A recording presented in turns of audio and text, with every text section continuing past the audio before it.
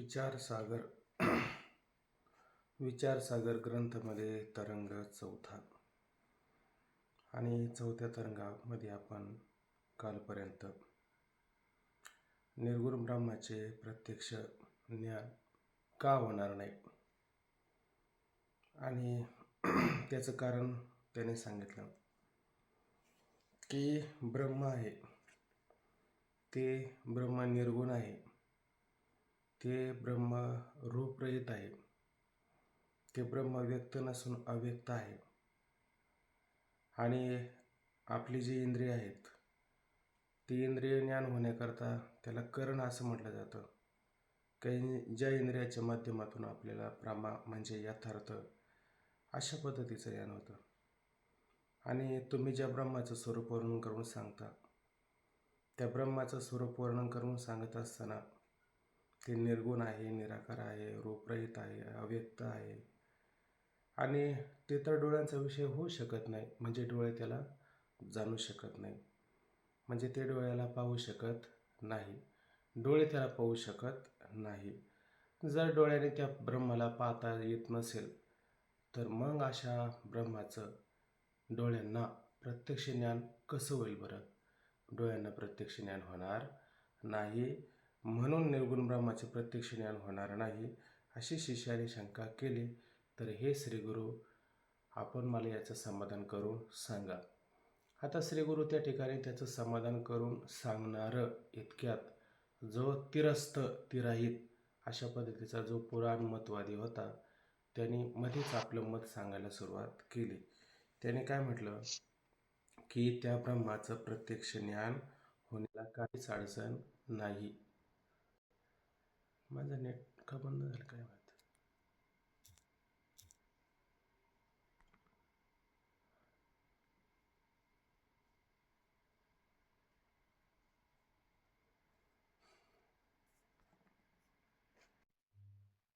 होतं बरं का.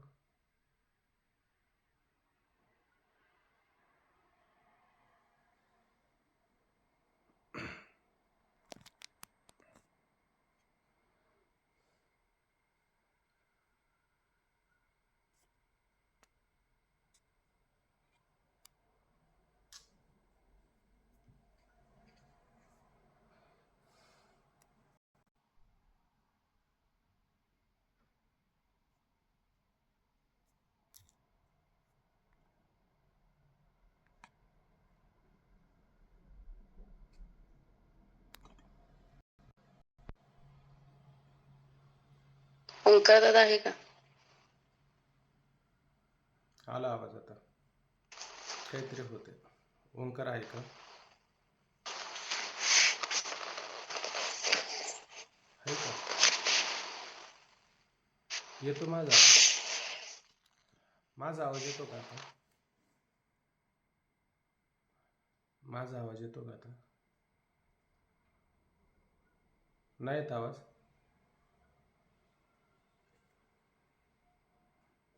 माझा आवाज येतो आता?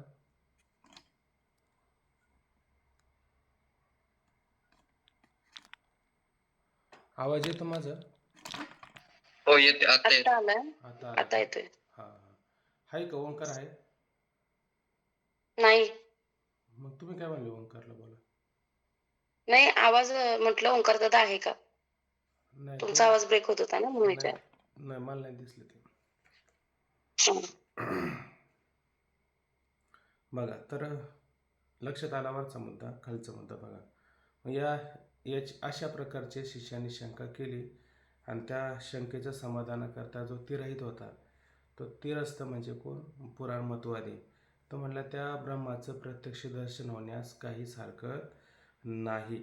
आणि मग अशा पद्धतीनं तो पुराणवादी मत आपलं मत सांगायला सुरुवात करतो. श्रीगुरु काय बोलत नाही, शिष्यच त्या ठिकाणी काय करतो, त्याचं समाधान करून सांगतो की तुम्ही जे मत त्या ठिकाणी मांडता ते मत मात्र विसंगत आहे. मग संगतवार मत काय आहे?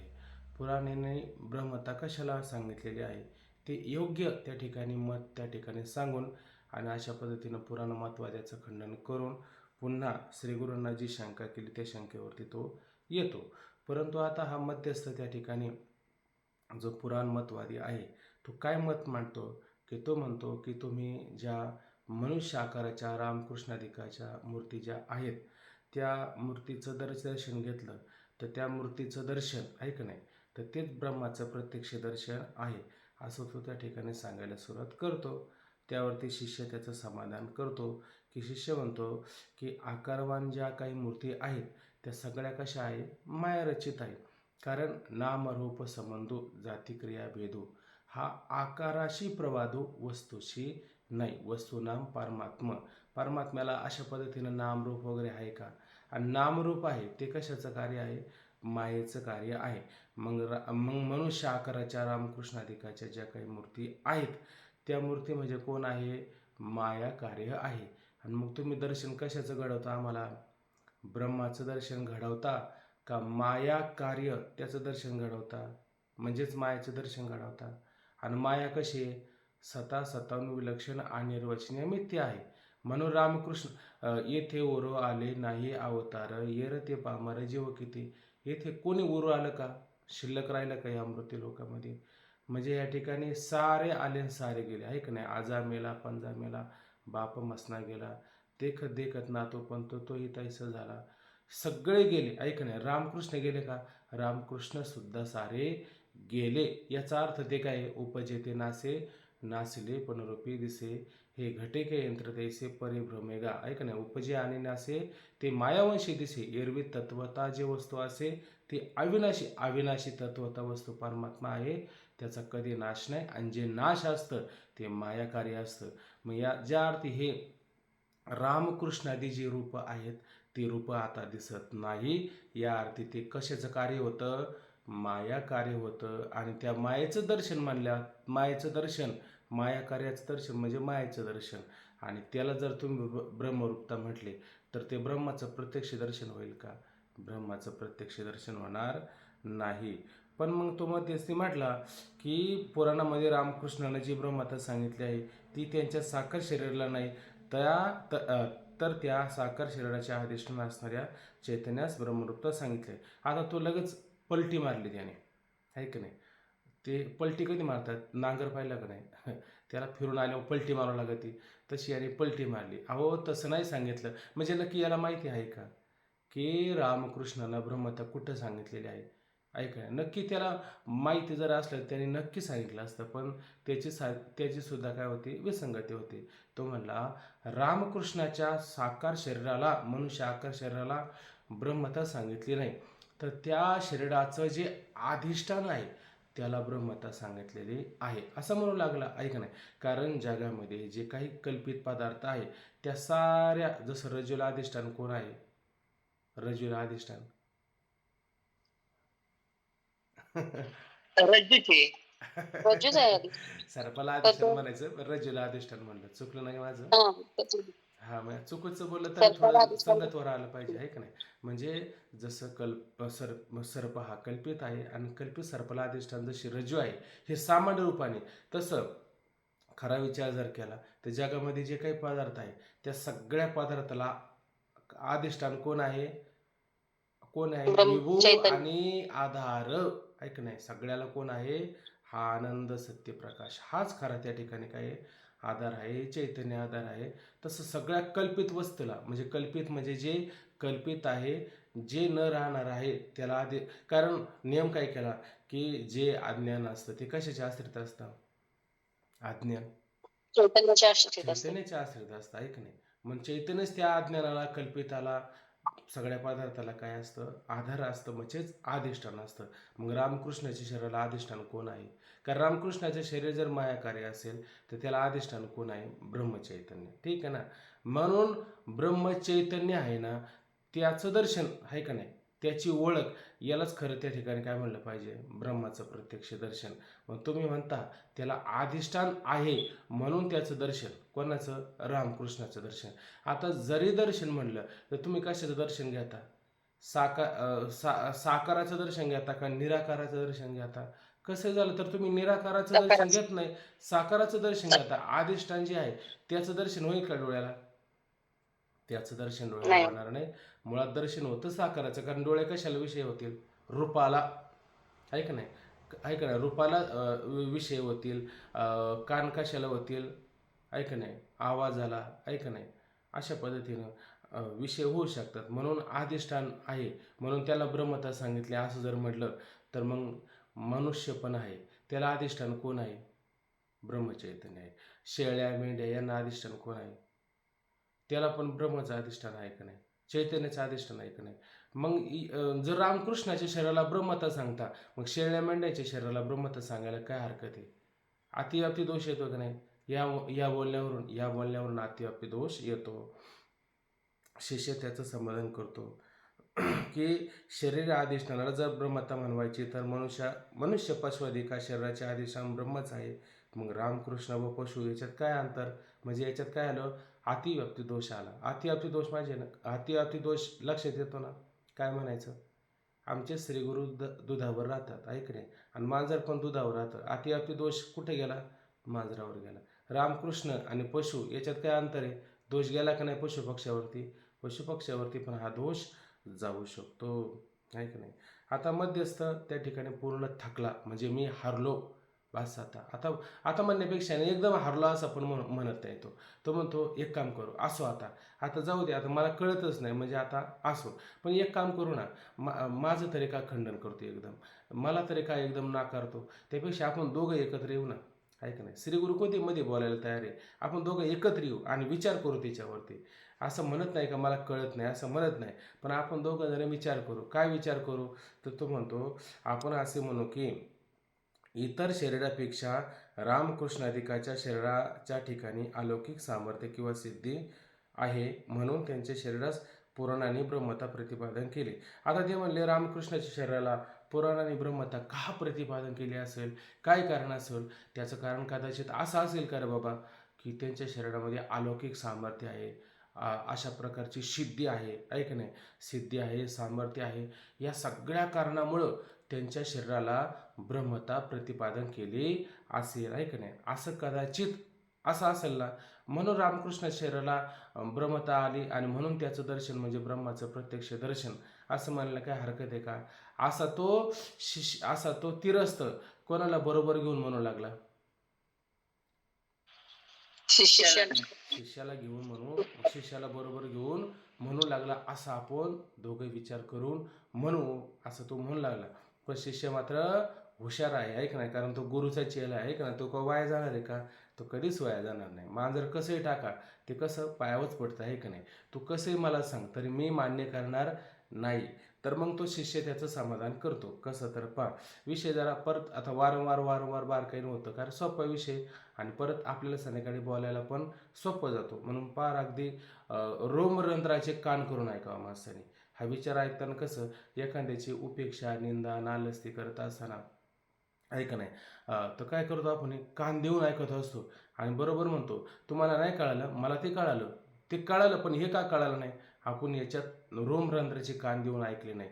रोमरंध्राचे कान करावे आणि याला चांगल्या प्रकारे ऐकावं, म्हणजे आपल्याला सोपं होऊन जातं. तर शिष्य त्याचं समाधान करतो. शरीराच्या ठिकाणी रामकृष्ण किंवा अन्य कोणासही कसलेही सामर्थ्य किंवा सिद्धी असो, पण त्या शरीरासच ब्रह्म म्हणायचे असेल तर त्या शरीराचा बाध सिद्धीसह शरीराचा मिथ्यात्व निश्चय केले वाचून शरीरास काय किंवा कोणत्याही पदार्थास अविद्या कार्यास पदार्थास काय ब्रह्मरूपता म्हणता यावयाची नाही.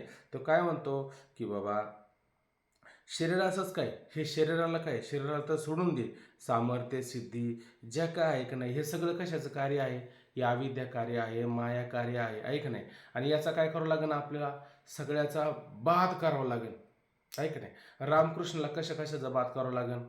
आता त्याला रामकृष्णांना बाध करावं लागत नाही, याचं कारण काय? त्यांची उपाधी कोणती आहे? रामकृष्णाची उपाधी कोणती आहे? मायेची उपाधी आहे का नाही? आणि आपल्याला कोणती उपाधी? अविद्या उपाधी, बरोबर ना? माझं नेटवर्क जरा अडचण करते. तुम्हाला नाही ऐकायला आलं तर पण परत विचार वाटलं तर, हे ऐकायला आलं नाही इथं नेटवर्क थांबत नाही आता जरा.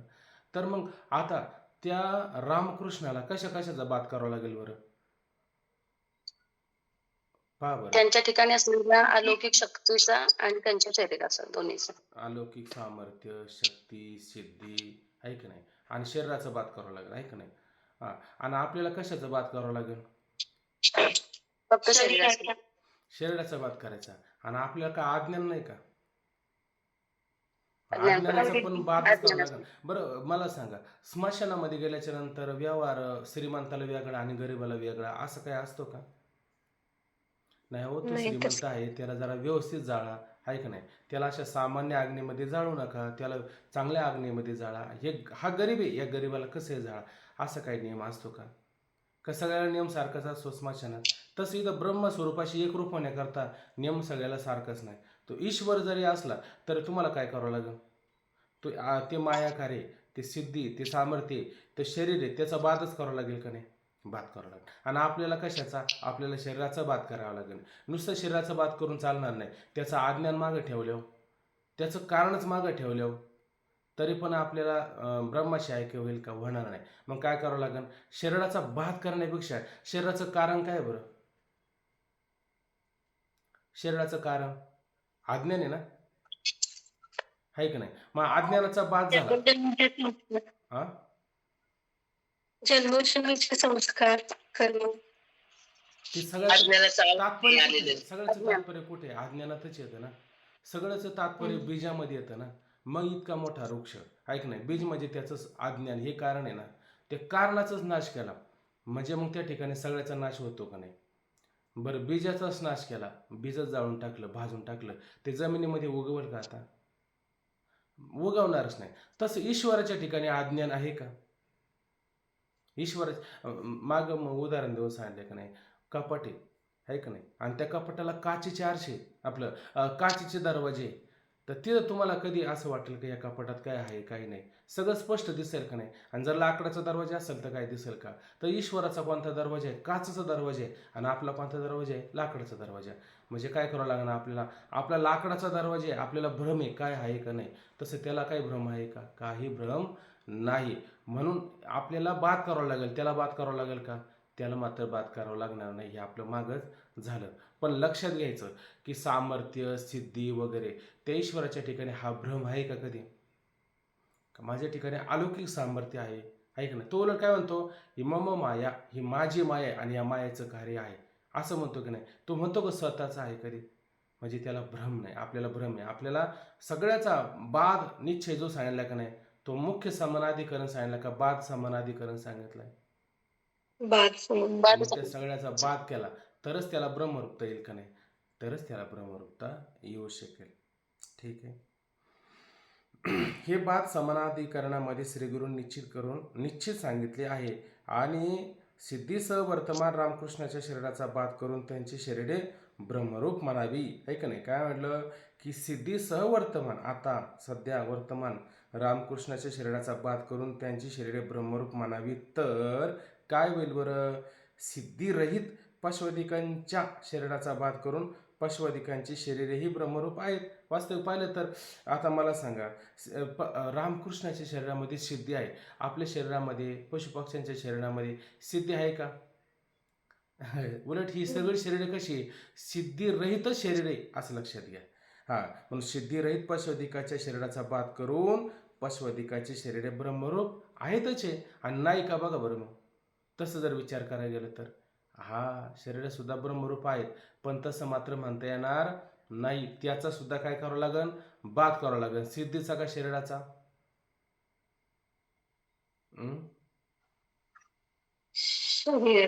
का शरीराचं कारण अज्ञान, त्याचा अज्ञान, कारण अज्ञान आहे त्याचा आणि बात करावा अज्ञानाचा लागेल. नाश कोण करू शकतो? मनुष्य का पशु पक्षी?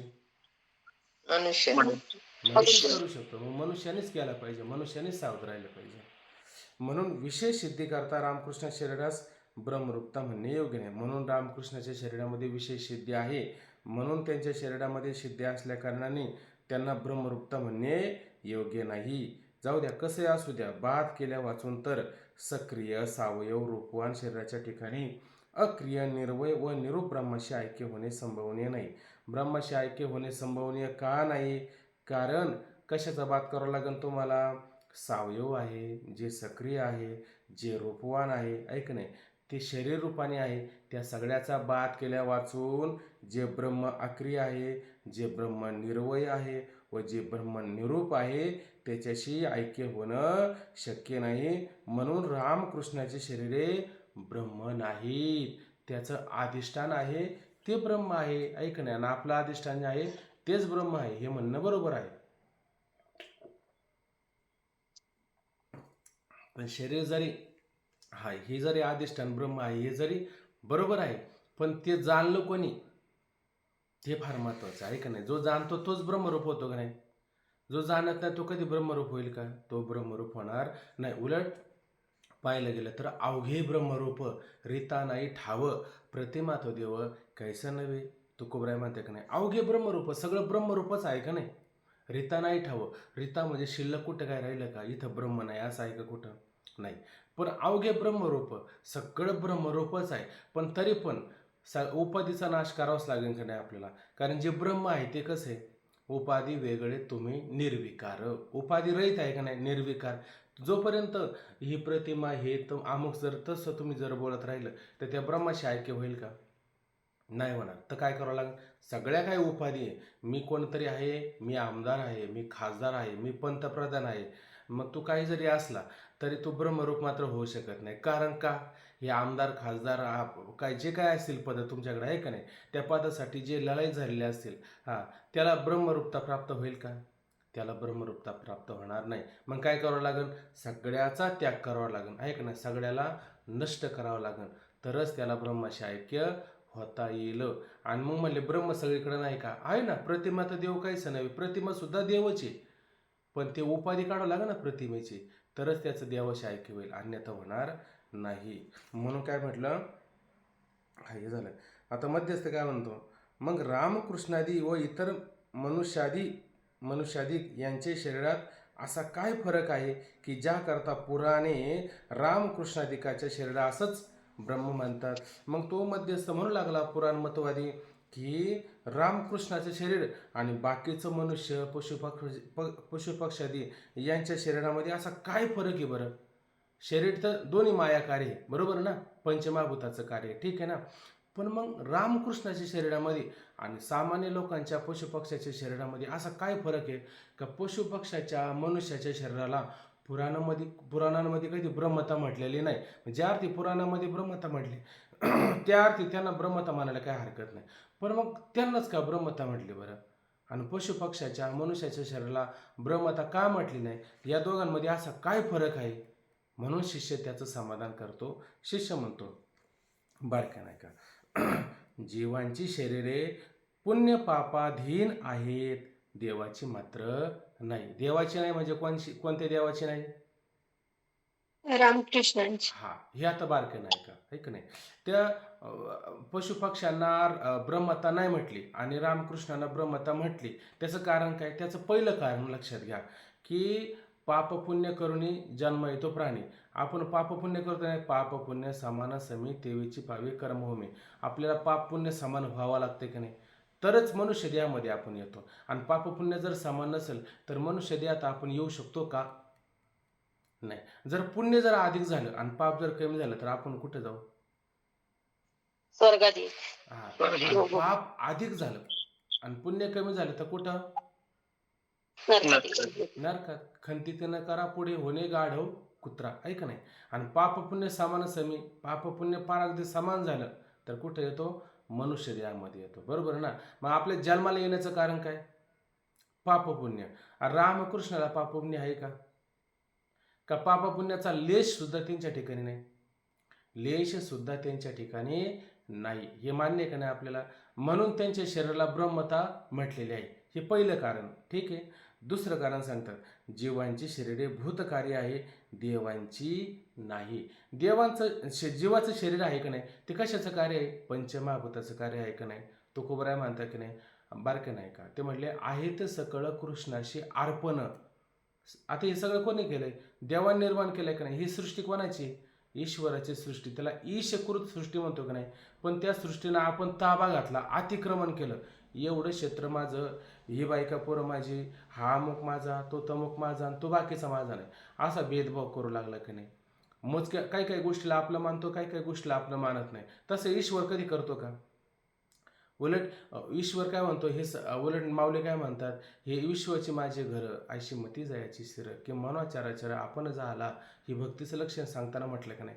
तसं ईश्वर कसं आहे, सगळ्या चाराचारामध्ये त्याला आपलं आणि परका कधी कोणी असतं का, कोणीच नसतं त्या ठिकाणी. पण आपल्याला तसं होतं का नाही, आपण संकोचित मानतो का नाही, आपण संकोचित मानतो. म्हणजे ज्या ईश्वराने निर्माण केलं त्याचं त्याला दिलं का आपण नाही. म्हणून म्हटले तुकोबराय, आहे ते सगळं कृष्णाशी अर्पण, न कळता मन दुजे भावी द्वैत निर्माण झालं, आहे का नाही.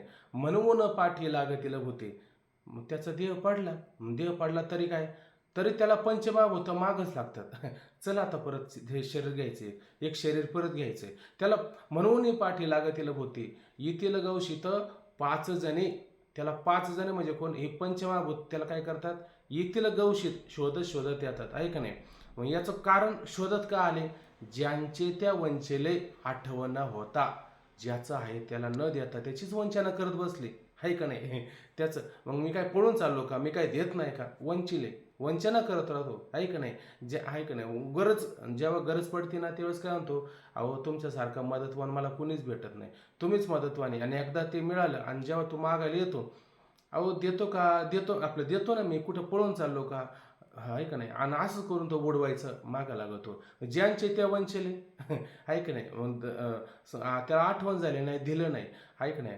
आणि म्हणून काय म्हटले तुकोबराय, ज्यांचे ते वंचले आठवण वाता, दंड त्या निमित्ता कारणे, असं काहीतरी पुढचं प्रमाण आहे. मग त्या कारणाने त्याला दंड आहे. कोणता दंड, परत ही पंचमहाभूते मागं लागतात, मग परत त्याला काय करतात, शरीराला आणतात. याचं कारण काय, पापच केलं ना त्याने, आणि पापामुळं परत शरीराला यावं लागलं नाही. मग त्याचं शरीर पंचमहाभूताचं आहे का नाही. आणि देवाचं शरीर बघा बरं कोणतं आहे. उलट नामदेव महाराज काय म्हणतात, अयोनी संभव नोहे काही श्रम, नामयाचा स्वामी प्रगटला. अयोनी संभव, आपलं कसं होतं संभव, आपल्याला पोटात 9 महिने राहावं लागतो, मग आपला जन्म होतो, अशी प्रक्रिया आहे का नाही. तसं त्याची प्रक्रिया काय आहे का तशी नाही. उलट त्याचं शरीर बघा बरं, त्या जेव्हा भगवान कृष्ण आणि मथुरेत गेले, आहे का नाही. आणि तिथं कोणीतरी त्यांना काठीनं असं मारलं, म्हणजे काठी घेतली हातामध्ये, भगवंताला मारल्याच्या नंतर इकडची काठी डायरेक्ट इकडे निघून गेली, शरीरातून आरपार झाली, आहे का नाही. हायवेमध्ये काठी मारा बरं, इकडची काठी इकडे होऊन जाते का नाही, तशी इकडची काठी इकडे होऊन गेली. का बरं असं झालं, कारण ते शरीर कसं आहे, पंचमहाभूताचं शरीर आहे का मायाकारी आहे. आणि मायाकारी असतं ते कसं असतं, ते स्वतःहून विलक्षण, ऐक नाही, फक्त दिसतं आपल्याला, पडद्यावर चित्र दिसतं की नाही. मग ते खरं असतं का, पडद्यावर चित्र बघा आणि त्याला असं एखाद्या नेत्याचं पडद्यावर चित्र पाहिलं आणि असं म्हणायचं या नेत्याचा तिरस्कार आहे, याचा निषेध आहे, आणि त्याला चपला फेकून पडद्यावर मारल्या, त्या लागतील का, त्याला त्या लागणार नाही. तसं या भगवंताचे शरीर कसं आहे, सगळं मायाकारी आहे, फक्त तुम्हाला दिसतं, एकच दिसे दुसरे ते दर्पणाचे आधारे, एरवी वस्तू विचारे काय दोजे आहे. ह्या वस्तू वास्तविक पाहिलं तर परमात्मा 2 आहे का एकच आहे, एकच आहे, पण मायाकार्यामुळे तुम्हाला कसा भिन्नत्वाने त्या ठिकाणी दिसतो. मग ते शरीर खरं आहे का, शरीर खरं नाही त्या ठिकाणी, ऐक नाही, ते फक्त तुम्हाला दिसण्यापुरतं त्या ठिकाणी असतं. आणि जीवाचं शरीर कसं आहे, भूतकार्य, त्याला हे सगळं भोगावं लागतं का नाही, शरीराला सगळं भोगावं लागत आहे का नाही. तसं त्यांना भोगावं लागतं का, त्यांना भोगावं लागत नाही, पण भोगण्यासारखं ते दाखवतात. रामचंद्र प्रभूंना फार दुःख झालं, ऐक नाही, खरं दुःख होईल का त्यांना, कधी दुःख होणार नाही, ऐक नाही. त्यांना दुःख वगैरे कधी येणं तरी शक्य आहे का, शक्यच नाही त्या ठिकाणी कधी, पण ते फक्त तसं असल्यासारखं दाखवतात. म्हणून काय केलं की जीवाचे शरीर आहे ते भूत कार्य आहे, देवाचं शरीर मात्र भूत म्हणजे पंचमहाभूताचं कार्य नाही. हे दुसरं कारण झालं. तिसरं कारण पहा, जीवांना आवेग देणे आत्म्याच्या ठिकाणी अहम ममाध्यास आहे, देवास नाही. बघा आता तिसरं कारण काय सांगितलं, जीवांना अविद्या बलाने, आहे का नाही, अविद्येचं बल फार मोठं असतं. त्या अविद्या बलाने काय होतं, आत्म्याच्या ठिकाणी, आहे का नाही, काय होतं की आत्म्याच्या ठिकाणी अहम मम अध्यास आहे, हे माझं आहे, हा मी आहे, ऐक नाही. हे मी म्हणजे ह्या शरीराला धरून काय म्हणतो, मी आहे, ऐक नाही. आणि ह्या शरीराचं काय, हे सगळं संबंध आहे, या शरीराची ही बायको आहे, हे मुलं आहे, हे वडील आहे, हे नाते गोते आहे, हे गोत्रज आहे, ऐक नाही. असं मम आणि माझं, ऐक नाही, मी आणि माझं, तुका म्हणे त्याने मनुष्यपणा केले आणि गेले देवा विसरुणे म्हणता मी माझे. किंवा बघा नव्या अध्यामध्ये एक ओवी बघा, लवड सवडी अशी काहीतरी ओवी आली बघा, मातेना पावती बापुडी म्हणून बघा अशी काहीतरी ओवी 9व्या अध्यायामध्ये ती ओवी आलेली आहे. मातेना पावती बापुडी म्हणून जन्म मरणाची दुथडी ढवळती ठेली, अहम ममतेची लवड सवडी, मातेनं पावती बापुडी म्हणून जन्म मरणाची दुथडी ढवळती ठेली. आहे की नाही? ही दुथडी म्हणजे काय? 2 थडी भरून चालणारी नदी. आहे की नाही? कशामुळे चालली भरून बरं ही जीवाची जन्म मरणाची? आहे की नाही? अहम ममतेची लवड सवडी ना. आणि ही कशी वाहती? दुथडी भरून चालली ना. मी आणि माझं नष्ट होतं का? तसं रामकृष्णांना मी आणि माझं कधी आहे का? आणि आपल्याला वाटतं का नाही? आपल्याला वाटतं. याचं कारण काय? अविद्येचं बल आहे का मायेचं बल आहे? अविद्येचं बल आहे.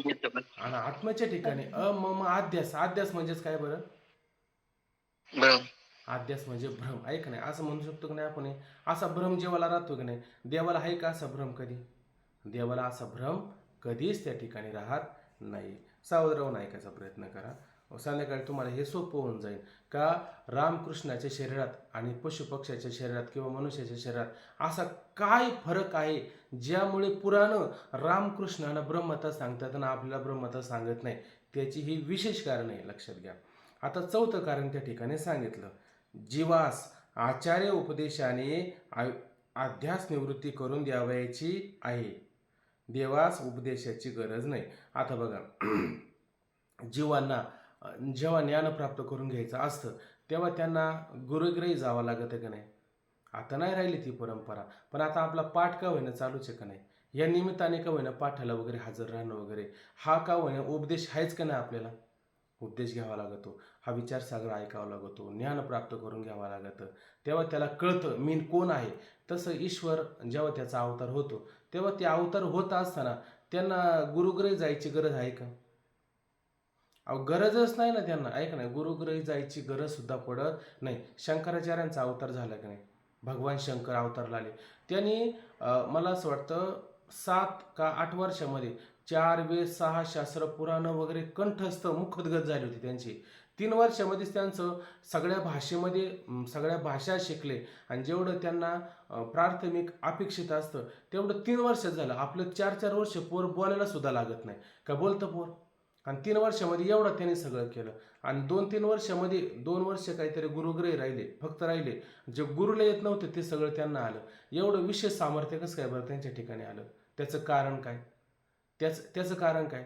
त्याचं कारण फक्त एवढंच आहे का त्यांना उपदेश करण्याची गरज नाही. त्यांना उपदेश करण्याची का गरज नाही? कारण तेच जगाला काय करतात? उपदेश करण्याकरता येत असतात. उपदेश कोणाला करायचा असतो? ज्याला भ्रम होतो, ज्याला विसर पडतो, त्याला उपदेश करावा लागतो का नाही? ह्या जीवाला विसर पडलाय का नाही? जीवाला विसर पडत असतो. मग जीवाला वारंवार आठवण करून द्यावं लागते. तसं त्यांना आठवण करून द्यायची गरज पडते का? त्यांना आठवण करून द्यायची गरज पडत नाही. मग उपदेशाची गरज कोणाला? बरं मग याचा अर्थ असं तुम्ही म्हणाल की मग रामकृष्ण यांना काही उपदेश घेण्याकरता हे काही गुरुग्रही गेले नाही का? आहे का ना? रामचंद्र कोणा शरण गेले? वशिष्ठांना शरण गेले का नाही? गर्गाचार्य यांना शरण गेले का नाही? गुरुग्रही राहिले का नाही? राहिले. पण मग ते कशासाठी राहिले? त्यांना शिक्षण घ्यायचं होतं म्हणून राहिलं का लोकसंग्रहाकरता, लोककल्याणाकरता किंवा ही राहाटी चालवण्याकरता गेले होते? हे लोक राहाटी अशा पद्धतीनं गुरु शिष्य परंपरा टिकावी याच अर्थाने गेले होते ना. आहे की नाही? कृष्ण परमात्मा शरण गेले का नाही? गुरूंना गेले, गुरूंना शरण गेले. याचा अर्थ एवढंच होतो की हे शरण जातात, गुरु उपदेश ऐकतात. आहे की नाही? हे त्यांना ज्ञान प्राप्त करून घ्यायचं म्हणून नाही, आपल्याला दाखवण्याकरता ते अवतार घेतात आणि अशा पद्धतीचं कार्य त्या ठिकाणी करत असतात. पण जीवाला खरोखर उपदेश घेण्याकरता जावा लागतो. देवाला उपदेशाची मात्र गरज पडत नाही, हे लक्षात घ्या. ही 4 कारणं लक्षात आली का नाही? ह्या 4 कारणांमुळं त्या रामकृष्णाच्या शरीराला ब्रह्मता म्हटलेली आहे. का त्याचं अधिष्ठान ब्रह्मता आहे म्हणून त्याला ब्रह्मता म्हटली? नाही. आहे का नाही? तर त्याचं कारण काय? ही वरील 4 कारणामुळं त्या रामकृष्णाच्या शरीराला ब्रह्मता म्हटलेली आहे. हे लक्षात आलं सर्वांच्या? ठीक आहे. वडील जे जे करते तया नाम धर्म ठेवते. येथ वडील जे जे करते तया नाम धर्म ठेवते. येर ते चानुष्यती सामान्य सकळ हे ऐशी ऐशी स्वभावे म्हणून कर्मना सांडावे विशेष आचरावे लागे संती. त्याहीपेक्षा भगवंताने पुढं स्वतः म्हटलं की तरी पुरतेपणा लागे अनेक दुसरा नाही जगी, ऐशी सामर्थ्य माझ्या अंगी जाणीशी तू. पुरतेपणा लागे, जगामध्ये काय असं कमी मला बरं सांगा अर्जुना तू, ऐक नाही. तरी पुरतेपणा लागे अनेक दुसरा नाही जग, माझ्यासारखा दुसऱ्या जगात कोणी आहे का ईश्वर? कोणी नाही, ऐक नाही. तरी तरी पण माझी मी कामं करतो का नाही निपुटपणे, ऐक नाही. म्हणले मृत गुरुपुत्र आणला तो तुआ पोवडा दिखला, तोही मी उगीला कर्मे असता. मी गुरुचा मेलेला मुलगा परत आणला का नाही, एवढं माझ्या ठिकाणी सामर्थ्य आहे का नाही, एवढं असून सुद्धा मी माझी जी काही कर्म आहे ती आपल्या पद्धतीनं म्हणजे चुडीचूप न काही बोलता सगळी करतो का नाही, मी करतो आहे का नाही. याचा अर्थ भगवंत अवताराला काय येतो, याचा अर्थ जसे संतांना कर्म करावे लागतात, विशेष आचरावे लागे संती, तसं विशेष आचरावे लागे ईश्वराशी. ईश्वराला सुद्धा विशेष प्रकारे आचरण करावा लागतं. जर आचरण केलं नाही तर हे लोकराटे चालेल का? लोकसंग्रह लोककल्याण होईल का? होणार नाही. म्हणून त्याच्याकरता ते अवतार घेऊन अशा पद्धतीचं कार्य करत असतात. या अभिप्रायाने देवांची शरीरे ब्रह्मरूप आहे. या अभिप्रायाने, ह्या तात्पर्याने म्हणजे ह्या 4 कारणाने देवाची शरीरं ब्रह्मरूप आहेत असे म्हटले आहे. परंतु त्यांचे शरीरेच ब्रह्मरूप आहेत या अभिप्रायाने पुराणिकाने ब्रह्मता म्हटले नाही. त्यांचे शरीर ब्रह्मरूप आहे या अभिप्रायाने, तात्पर्याने, विचाराने म्हटलेलं आहे का? या अभिप्रायाने तात्पर्याने शरीराला ब्रह्मता म्हटली नाही, तर त्यांच्या कार्याला ब्रह्मता म्हटलेली. बरोबर आहे ना? का शरीराला म्हटली? शरीराला म्हटलेली नाही असं लक्षात घ्या. तर शरीराचे ब्रह्मरूप आहेत या अभिप्रायाने पुराणाने ब्रह्मता म्हटलेली नाही, आहे का नाही. मग काय, त्याच्या कार्याला असं म्हटलं पाहिजे आपण. आता मध्यस्थ त्यावरती थोडं बोलतो. तर त्या मध्यस्थाने परत एक प्रकारची शंका केली. असं जर तुम्ही म्हणत असाल तर आमची अजून एक शंका आहे, त्या शंकेचं काय करा तुम्ही समाधान करून सांगा. तर मध्यस्थ काय म्हणतो पहा, अहो रामकृष्णादिकाची शरीरे जर आमच्या शरीरासारखी हस्तपादादी अवयवान आहेत. आता रामकृष्णाचे शरीर कसे, म्हणजे रामाला किती हात आहे आणि कृष्णाला किती हात आहे, आहे का नाही. तर 2-2च हात आहे, 2-2च पाय आहे का नाही, नाक कान डोळे वगैरे आपल्यासारखेचे. आणि त्यांना बायका पोरं आहेत का? आहेत ना, आहे का नाही. बायका पोरं आहे, सगळं आहे. रामाला एकच बायको आहे, कृष्णाला अनेक बायका आहे. असं होऊ शकतं, मागं पुढं होतच राहतं. अवतारामध्ये कार्य भिन्न भिन्न असतं. संसार प्रपंच साऱ्या गोष्टी राज्य वगैरे हे सगळं आपल्यासारखंच आहे ना, आपल्यासारखंच आहे. तर ती पंचमहाभूताची कार्य नाहीत असे कसे म्हणतात? मग म्हणतात अहो त्यांना मुलं बाळं झाली, त्यांनी संसार वगैरे केला, त्यांनी शेतीवाडी केली, ते आहे का नाही. भाऊ वगैरे होता, भावाकडं नांगरच होता खांद्यावरती, आहे का नाही. उठलं का तेवढंच काम होतं त्याला, आहे का नाही. काय बडीचं राज्य तुम्ही म्हणता ना काहीतरी, जाऊ दे ते आता ते संगतवर लागणार नाही. याचं तात्पर्य काय, अहो ते ना आपलं तर सगळं सारखं दिसतं, काही वेगळं आहे का तिथं? काही वेगळं त्या ठिकाणी नाही. मग तर ती पंचमहाभूताची कार्य नाहीत असे कसे म्हणतात? मग त्यांचे शरीर ते पंचमहाभूताचं कार्य नाही असं तुम्हाला कसं म्हणता येईल बरं? मी आता पुराणमतवादी ना, हा काय असं ढोबळ बोलतो असं नाही बरं का. तो म्हणतो माझ्याकडे पुरावे, म्हणून मी पुराव्याचा आधार घेऊन सांगतोय. म्हणजे कसा पुरावा आहे सांगतो की, शिवाय शंकर भाष्याची आनंदगिरी म्हणून टीकाकार आहे. आता जे शंकर भाष्य आहे का नाही, आता खरं पाहायला गेलं तर हे सगळं आपण पाहतो ना, हे सगळं शांकरी विद्याचे, हे सगळं शंकर भाष्याचे आहे का नाही. तर त्या भाष्यावर आता शंकराचार्याने काय केलं, मूळ सूत्र आहे का नाही, व्यासांची वगैरे उपनिषद वगैरे आहे, याच्यावरती काय केलं, भाष्य केलं, आहे का नाही. आणि त्या भाष्यावर पुढे काय झालेली, टीका झालेली. काय झालेली टीका, म्हणजे आपण जी टीका म्हणतो ती टीका नाही, त्याचा विस्तार वगैरे असा विचार आलेला आहे.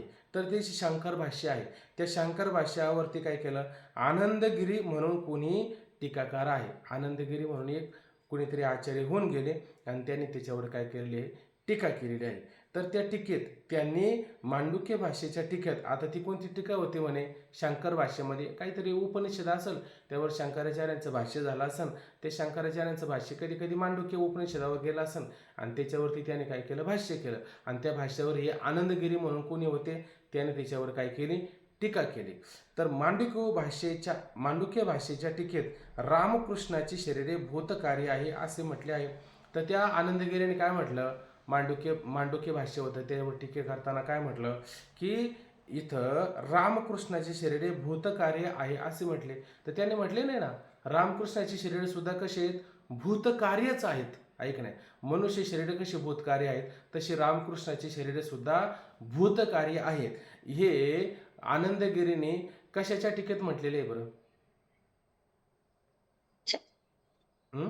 मांडुक्य भाषेच्या ठिकाणी. मांडुक्य भाषेच्या टीकेत आनंदगिरीने काय म्हटलं की या ठिकाणी रामकृष्णाचे शरीरे सुद्धा भूतकार्य आहे असे म्हटलेले आहे. म्हणजेच आता मी उदाहरण दिलंय का नाही, उदाहरण म्हणजे त्याला आधार दिलाय का नाही, आधारासहित आम्ही त्या ठिकाणी बोललो. म्हणून हा, आणि जेवढे म्हणून शरीर आहे तेवढे पुण्य पापाचे असते. आणि वरून त्याने काय म्हटलं की जेवढे म्हणून शरीर असतात ते सगळे शरीर कशी आहे, पुण्य पापाचे आहे. म्हणजे रामकृष्णाचं शरीर सुद्धा पुण्य पापाचं आहेच का नाही? रामकृष्णाचे शरीर सुद्धा पुण्य पापाचं आहे. पण त्या रामकृष्णाच्या शरीराला जर पुण्य पापाचं म्हटलं तर त्याच्यात रामकृष्णाचं पुण्य पाप आहे का साधू आणि असाधू याचं पाप पुण्य आहे पाहायला गेलं तर? पुढे येणार आहे, पण तुम्ही आपला अंदाज घेऊन सांगा. साधू आणि असाधू आहे का नाही? म्हणजे भक्त आणि राक्षस असं लक्षात घ्या, नाही का लक्षात आलं तर या म्हणजे असुराने काय केलं, पाप केलं म्हणून देवाला जन्म घ्यावा लागला का नाही, आणि भक्ताने काय केलं, पुण्य केलं म्हणून देवाला जन्म घ्यावा लागला का नाही. मग त्याच्यात देवाचं पाप पुण्य आहे का काही? देवाचं काहीच नाही, रामकृष्णाचं पाप पुण्य नाही, आहे का नाही. पण पाप पुण्य झालं म्हणूनच शरीर मिळालं का नाही. मग रामकृष्ण टीकेत कुठं चुकीचं आहे? पण एवढा विस्तार झाला नाही म्हणून आपल्याला थोडं ऐकायला मिळालं, मग आपण म्हणतो रामकृष्ण आपलं आनंदगिरी टीकेत असं म्हटलेलं आहे म्हणून आता वाद घालायचं काही कारण आहे का? पण तसं नाही, याचा विस्तार पुढं होणार आहे त्या ठिकाणी.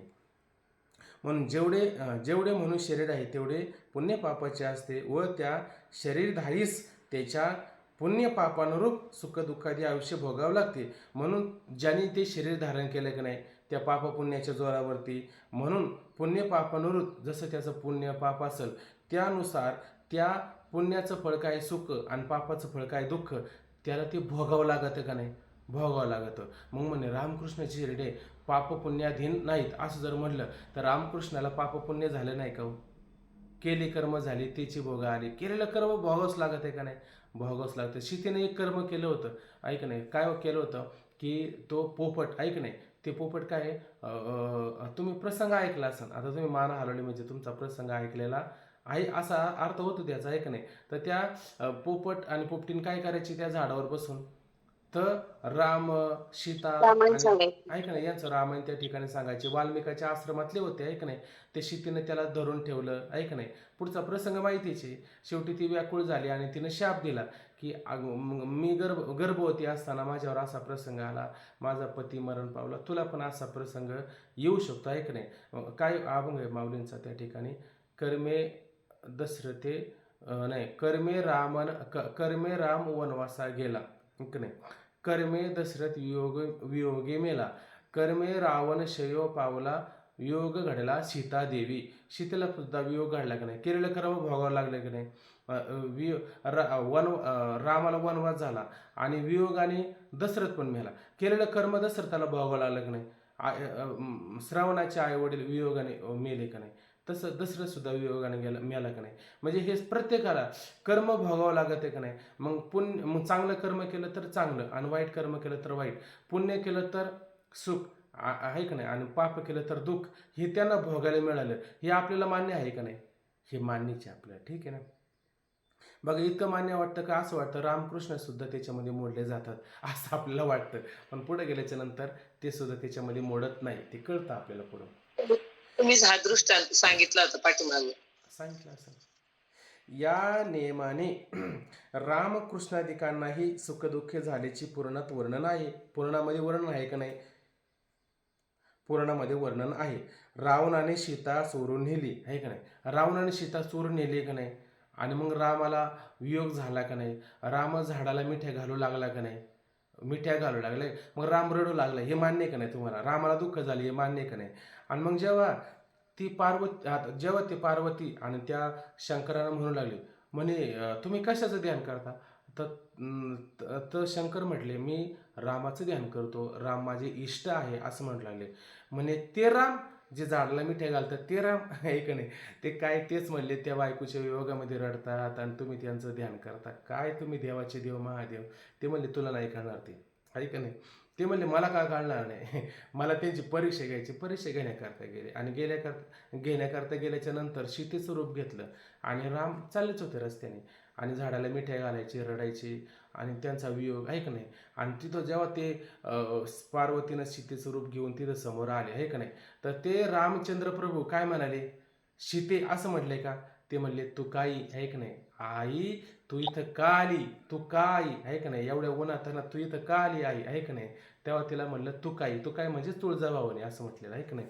म्हणजे मग रामचंद्र प्रभूंना जर भ्रम असला, जर दुःख असतं आहे का नाही, आपल्याला जाऊ दे आता तो प्रसंग चुकीचा होईन इथं बोलणं.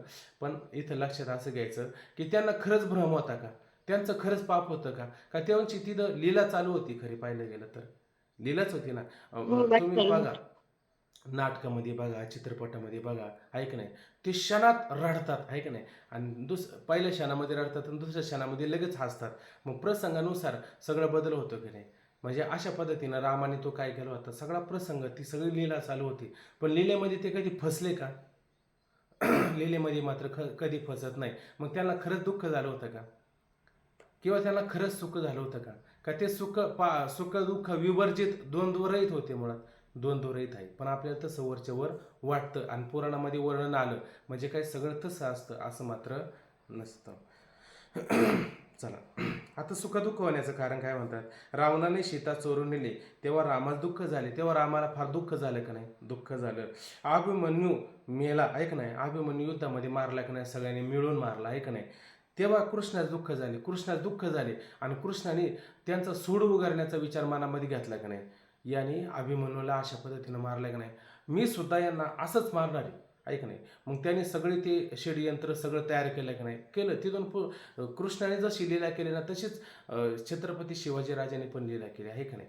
असं मारता का नाही, आम्ही पण तुम्हाला असंच मारू केलं का नाही. बरोबर त्याने तसंच केलं. म्हणून दुःख झालं म्हणून तसं त्याने षडयंत्र तयार केलं ना. म्हणून अभिमन्यू युद्धात मेला आहे का नाही, तेव्हा कृष्णाला दुःख झाले. देवादिकाने स्तुती केली तेव्हा रामकृष्णाला सुख झाले. जेव्हा ते युद्ध संपायचं का नाही आणि युद्धामध्ये कोण विजय व्हायचे, रामकृष्ण विजय व्हायचेच का नाही. आणि वरून देव काय करायचे त्या ठिकाणी फुलं वगैरे असे त्या ठिकाणी विमानामध्ये येऊन गंधर्व गायन वगैरे करायचे. तेव्हा रामकृष्णाला आनंद व्हायचा का नाही. मग आनंद पापाचं फळ का पुण्याचं फळ. आनंद पुण्याचं फळ. आणि अभिमन्यू युद्धामध्ये मेला, रावणाने सीता चोरून नेली, हे दुःखाचं फळ. हे झाल्यासारखं आपल्याला पाहायला मिळतं का नाही, पाहायला मिळतं त्या ठिकाणी. म्हणून देवादिकाने स्तुती केली तेव्हा रामकृष्ण सुख झाले. असे असतात त्यांची शरीरे पुण्य पापाधीन नाही असे तरी कसे म्हणता. तर त्यांची शरीरे पुण्य पापाधीन नाही असं तुम्हाला कसं मानता येईल. असं कुठं वर्णन करून सांगितलं आणि हे कोण सांगत आहे आणि कशाच्या आधारे आणि कशाच्या आधारे सांगतो. पुराणांच्या आधारे पुराणाच्या आधारे सांगतो. आणि भक्कम पुरावा कुठं देतो. आनंदगिरी टीका ऐक नाही. हे भूतकार्य आहे, पाप पुण्य आधीन शरीर असतात, त्याची उदाहरणं पुराणामध्ये आलेली आहेत असं सांगितलं का नाही. हे बारकाईने लक्षात ठेवायचं. आता पहा शिष्य, आपण म्हणता असे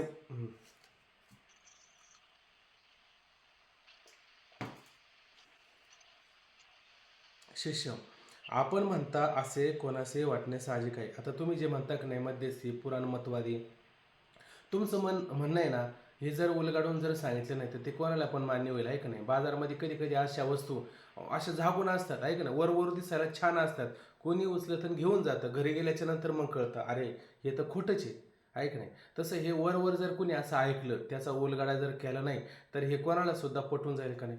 कोणी असू दे आहे का नाही. येड्याला तर पटतं पण कधी कधी शहाण्याला पण पटून जातं अशा पद्धतीनं. तर म्हटले आपण म्हणता असे कोणाचे वाटणे साहजिक आहे, पण ते मात्र खरं नाही. ते खरे नाही. कारण ज्यावेळी सृष्टीचा आरंभ होतो, आता इथं जरा थोडं बारकाईनं आहे का म्हणजे आपल्या लक्षात येऊन जाईल का ईश्वर ह्या सृष्टीतला ईश्वर एकच आहे, तो मात्र अनेक नाही. पण एका बीजापासून अनेक त्या ठिकाणी काय बीजे तयार होऊ शकतात, कार्यरूपाने ते वाढू शकतात. बीज मुळात कसं असतं, एकच असतं, ते सगळं कसं वाढतं, त्याच्या मागचं कारण काय याच्यामध्ये बारकाईने विचार आलेला आहे, तो ऐका. पण ते खरे नाही, कारण ज्यावेळी सृष्टीचा आरंभ होतो, ज्यावेळेस ही सृष्टी आणि हिचा आरंभ म्हणजे हिचा जेव्हा सुरुवात व्हायचा असतो की नाही, मग या सृष्टीचा जेव्हा सुरुवात होत असते त्यावेळी पूर्वसृष्टीतील सर्व जीवांच्या सर्व कर्मांचा झोपेप्रमाणे समष्टी अविद्येत लय झालेला असतो. तर काय होतं, जेव्हा ही सृष्टी निर्माण करायची असते तेव्हा या सृष्टीला संस्कार कोणत्या सृष्टीचे आणायचे बरं? आता ही सृष्टी नवीन तयार व्हायची की नाही, या सृष्टीला संस्कार कोणत्या सृष्टीतले आणतील तुम्ही? पूर्वसृष्टी. पूर्वसृष्टीचे. मग पूर्वसृष्टीमध्ये जीव होते का नव्हते? पशु पक्षी माणूस देव वगैरे सगळे होते का नाही, झाले का नाही त्या ठिकाणी, ऐक नाही. मग त्या सृष्टीतला संस्कार ह्या सृष्टीमध्ये होईल का नाही? मग बरं आता काय आलं, त्या सृष्टीतला संस्कार ह्या सृष्टीत आणण्याकरता काय होतं की असं लक्षात घ्या की ब्रह्मज्ञान तर झालेलं नाही आहे, बरोबर ना? जेव्हा ब्रह्मज्ञान होतं तेव्हा तो मुक्त होतो की नाही, तेव्हा तो मुक्त होत असतो. पण ब्रह्मज्ञान तर झालेलं नाही आणि सृष्टीचा पूर्णपणे काय झालेला आहे, विनाश झालेला आहे, सृष्टीचा संहार झालेला आहे त्या ठिकाणी, ठीक आहे ना? पण आता ते जीव मुक्त होतील का? जोपर्यंत त्याला ब्रह्मज्ञान होत नाही तोपर्यंत होणार नाही. पण ते आता त्यांची शरीरं तर पडलेली आहे. मग त्यांची जी शरीरं पडलेली आहे त्यांच्या जीवांचा, त्यांच्या कर्मांचा तो जो संस्कार असतो का नाही, तो संस्कार कुठं राहतो? ती समष्टी असणारी सृष्टी, एक व्यष्टी सांगितली आणि एक समष्टी सांगितली. जोपर्यंत हे शरीर आहे तेव्हा तोपर्यंत काय म्हणायचं, व्यष्टी म्हणायचं. आणि हे शरीर संपलं की हे सगळं कुठं जाऊन पडतं, समष्टी असणाऱ्या सृष्टीमध्ये जाऊन पडतं, बरोबर आहे की नाही? त्या जसं आपण दिवसभर कर्म करतो की नाही आणि संध्याकाळी झोप लागली तर हे सगळे कर्म कुठं राहतात, अविद्यावृत्तीमध्ये राहतात की नाही, अविद्यावृत्तीत राहतात. आणि जेव्हा आपण सकाळचं उठतो की लगेच पटपट आवरायला सुरुवात करतो. आज आपल्याला सगळ्यात आधी काय करायचं, पाठ करायचं आहे. का पाठ करायचा आहे? कारण कालचा पाठ इथपर्यंत आला, आता बाकीचा पाठ आपल्याला पुढं करायचा आहे. हे जागं झाल्यावर चालू होतं की नाही आपलं सगळं, हे जागं झाल्यावर सर्व चालू होतं. तसं मागच्या सृष्टीमध्ये जे जीवाने कर्म केलेले आहे त्या कर्माचे संस्कार पापपुण्य कुठं असतात, त्या समष्टी असणाऱ्या सृष्टीमध्ये काय राहतात, एकरूप लय होऊन त्या ठिकाणी राहत असतात. आणि जेव्हा ह्या ईश्वराला एक नवीन सृष्टी तयार करायची, आता त्या सृष्टीचा नाश झालाय का नाही, बरं जाऊ द्या, आता हे शरीर आहे, ह्या शरीराचा समजा नाश झाला आहे का नाही, तर ह्या शरीराने केलेली कर्म त्याला भोगण्याकरता प्रत्येक शरीर घ्यावंच लागेल का नाही? मग शरीर बदललं त्याची कर्म त्याचे संस्कार बदलतात का नाही? हे सगळं कधी बदलं, यात बदलण्याचं कारण काय, त्याला जोपर्यंत ब्रह्मस्वरूपाचं ज्ञान होत नाही तोपर्यंत ते बदलत नाही. तसंच आहे, या ईश्वराला जेव्हा नवीन सृष्टी करायची असते तेव्हा त्याचे संस्कार कुठं, मागच्या सृष्टीत ज्या जीवाने जशी कर्म केले काय, जैशी ज्याची कर्म तैसे फळ देतो रे ईश्वर. आपण म्हणतो आम्ही तर वाईट काही केलंच नाही, पण आम्हाला हे वाईट का भोगायला आलं? अरे बाबा, वाईट केलं नाही, हे भोगायला आलं कोणत्या तरी जन्माचं आहेच का नाही, कोणत्या तरी जन्माचं असतं, त्या कोणत्या तरी सृष्टीतील आपल्याला भोगायला येतच असतं. हे दुसऱ्या तरंगात आपण बारकाईनं पाहिलं. तर पहा, ज्यावेळी सृष्टीचा आरंभ होतो त्यावेळी पूर्वसृष्टीतील सर्व जीवांच्या सर्व कर्माचा झोपेप्रमाणे समष्टी अविद्येत लय झालेला असतो, ऐक नाही? समष्टी ऐक नाही, ही पण काय आहे, अविद्याच आहे. त्या अविद्येमध्ये काय झालेला असतो, लय झालेला असतो. लय झालेला असतो म्हणजे ते कर्म सगळं, संस्कार सगळे कसे असतात, शांत त्या ठिकाणी झालेले असतात. ती जीवाची कर्मे आपले फल, ती जीवाची कर्मे आपले फल सुखदुःख देण्यास सन्मुख म्हणजे तयार होतात. बघा, आता त्या जीवाने जे कर्म केलं की नाही ते आता किती काळ थांबून राहणार आहे बरं? किती काळ त्याला थांबवणार तुम्ही? थांबवणार नाही. तेव्हा ती कर्म ऐक नाही, फल देण्याकरता सन्मुख होतात, उन्मुख होतात, तयार येतात, समोर होतात, ऐक नाही. त्यावेळेस त्या ईश्वराला काळजी लागते की या जीवाची कर्म बराच काळ, एखाद्याचं जर समजा आपण कर्ज घेतलं तर कधीतरी विचार करतो की नाही आज ना उद्या त्याचं द्यायचंच आहे, किती काळ झाला, आपण दिलंच पाहिजे का नाही? तसं या जीवाची कर्म फल देण्यास सन्मुख झालेली आहे, तयार झालेली आहे. तर आता आपल्याला काय करावं लागेल, त्या जीवांना निर्माण करावं लागेल, ऐक नाही. ऐक नाही, पंचमहाभूताचा गोंधळ केले एके ठाई मेळ लाविला, अहंकार सबळ त्या पाठी, असंच काहीतरी प्रमाण आहे, ऐक नाही. हे ईश्वर काय करतो का ती कर्म त्या जीवाला देण्याकरता हा काय करतो, सृष्टीला निर्माण करत असतो. ती जीवांची कर्मे आपलं फल सुखदुःख देण्यास उन्मुख म्हणजे तयार होतात. त्यावेळी आप्तकाम म्हणजे कशाची इच्छा नसणारा असा असणारा कोण आहे, आप्तकाम ईश्वर. जो ईश्वर त्या जीवांच्या कर्माप्रमाणे त्यांना सुखदुःख भोग देण्यास योग्य अशा प्रकारची सृष्टी उत्पन्न करण्याचा संकल्प होऊन तो सृष्टी उत्पन्न करतो. त्याला सृष्टी उत्पन्न करावं लागते का त्याने फक्त संकल्प केला तर सृष्टी उत्पन्न होते? सांगा बरं. आपण काय म्हणतो, सत्य संकल्पाचा दाता नारायण सर्व करी पूर्ण मनोरथ.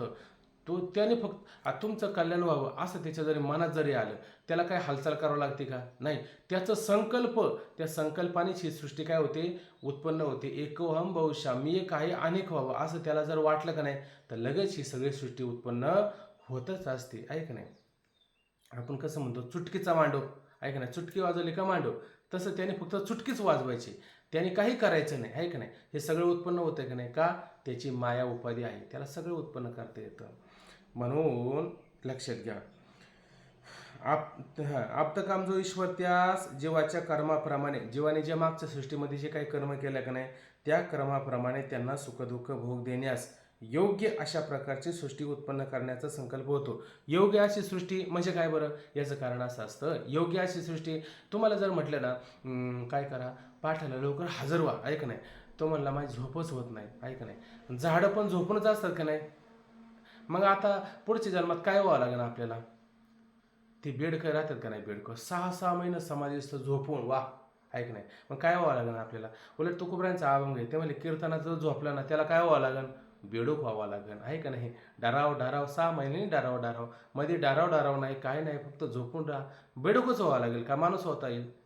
म्हणजे सृष्टी कशी उत्पन्न करायची? जीवाच्या कर्माप्रमाणेच करावं लागेल ना. त्याला मला कीर्तनाला चल. आहे का नाही? नको, घरी राखण करायचे. मग पुढच्या सृष्टीत काय व्हायचंय? माणूस व्हायचा का कुत्रा व्हायचे? कुत्राच व्हायचा ना. आहे का नाही? अहो पाठाला चला, नाही मला भरपूर कामं असतं, मला वेळ भेटत नाही पाठाला. मग पुढच्या जन्मात काय व्हायचं? माणूस व्हायचं का गाढव व्हायचं? गाढव व्हायचं. आहे का नाही? मग ईश्वर सृष्टी उत्पन्न करतो, ती त्याच्या मनाला वाटेल तशी करतो का जीवाच्या कर्माप्रमाणे उत्पन्न करतो? कर्माप्रमाणे उत्पन्न करतो. हे पक्क लक्ष ठेवायचं. आणि पक्क लक्ष ठेवायचं का आपल्या ओढून पण घ्यायचं. जेवढे राहिले तेवढे नाही तरी ओढून घ्या. आता ज्या बाकीचे नाही ओढून घ्यायला, तुम्ही तर ओढून घ्या कमीत कमी. आहे का नाही? बाकीचं हो द्या, संसार तर तुमचा सगळा चालूच आहे. आपलं 2 सकाळचे 1 तास, संध्याकाळचे 1 तास, असे 24 तासातले 2 तास आपल्या हक्काचे आपण काढायचा प्रयत्न चालू केलेला आहे का नाही? ज्याला काढता येईल तो काढेल, आणि ज्याला नाही काढता येईल तो नाही काढेल. आग्रह काही कोणाला नाहीच आहे. बरं, चला आता अशा प्रकारची सृष्टी उत्पन्न करण्याचा संकल्प याच्यासाठी 8 तास चाललेला आहे. याच्यासाठी शरीर आहे ना आपल्याला. पहिली गोष्ट, आपण मनुष्य देहात आहो का नाही? मग याच्यासाठी सगळा 8 तास चालला. आहे का नाही? बाकीचा ऊन वारा पाऊस सहन होतो का आपल्याला? विचारसागर तर सहन होतो का नाही? आणि एखादं जनावर, गाई बैल म्हैस आणा बरं, आणि सांगा बरं विचारसागर त्याला सहन होईल का? त्याच्या पुढे आग्रंथ ठुला तर ते खाऊन टाकीन सगळं. आहे का नाही? तो म्हणून आता मी खाऊन संपून टाकतो, म्हणजे कटकट नको. आहे का नाही? तसं आपलं आहे का? आपलं कमीत कमी नाही.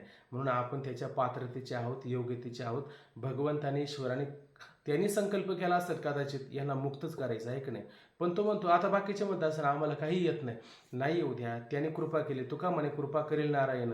आहे का नाही? तरीचे हे महिमान येईल कळू. त्याने कृपा केल्याच्या नंतर हे सगळं महिमान कळणार नाही का आपल्याला? नक्कीच त्या ठिकाणी कळेल. म्हणून याचा अनुमान नाही करायचा कधीच. याचा अनुमान कधी करू नये, नाही तर मोठं पाप लागतं त्याच्यामध्ये. अशा प्रकारची सृष्टी उत्पन्न करण्याचा संकल्प होऊन अशा प्रकारची जीवाच्या कर्माप्रमाणे अशा प्रकारची सृष्टी उत्पन्न करण्याचा संकल्प होऊन तो सृष्टी उत्पन्न करतो. त्यावेळी त्या ईश्वरास ब्रह्मदेव असे नाव प्राप्त होते. ईश्वर बघा, आता ही सृष्टी उत्पन्न करावा असा संकल्प तिच्या मनामध्ये येतो का नाही, तेव्हा त्याला काय म्हणायचं? ब्रह्मदेव असं त्या ठिकाणी म्हणायचं असतं. ठीक आहे? त्याला ब्रह्मदेव असे नाव प्राप्त होते. सृष्टी उत्पन्न केल्यावर त्याच ईश्वरास जगत पालन करण्याचा संकल्प उत्पन्न होऊन तो जगताचे पालन करतो. ऐका, तर काय होतं? सृष्टी उत्पन्न झाली. ऐक नाही, आता जसं बाळाला जन्म घातला, मग त्याला सांभाळायचं कोणी? आई त्याला सांभाळतेच का नाही? जन्माला पण घालते का नाही? सांभाळ पण करते का नाही? आहे का नाही? मग जेव्हा त्याला सांभाळ करायचा असतो तेव्हा त्याला काय नाव येतं? तेव्हा त्याला पालनकर्ता असं नाव येतं का नाही. आणि पालनकर्ता कोण आहे? विष्णू त्या ठिकाणी पालनकर्ता आहे. मग तो जगाचं पालन कसं करतो आहे का नाही. आता पालन शब्दाचा अर्थ खाऊ पिऊ घालणं, मजा मोज करणं आहे का नाही, वाटेल ते देणं, याला पालन असं म्हणतात का? बहुतेकांना पालन यालाच असं वाटतं, यालाच पालन म्हणतात, याला पालना वगैरे असं काही म्हणत नाही. तर पालन शब्द जो आहे ना, तो पालन शब्द आता इथं बारकाईने विचारात घ्या.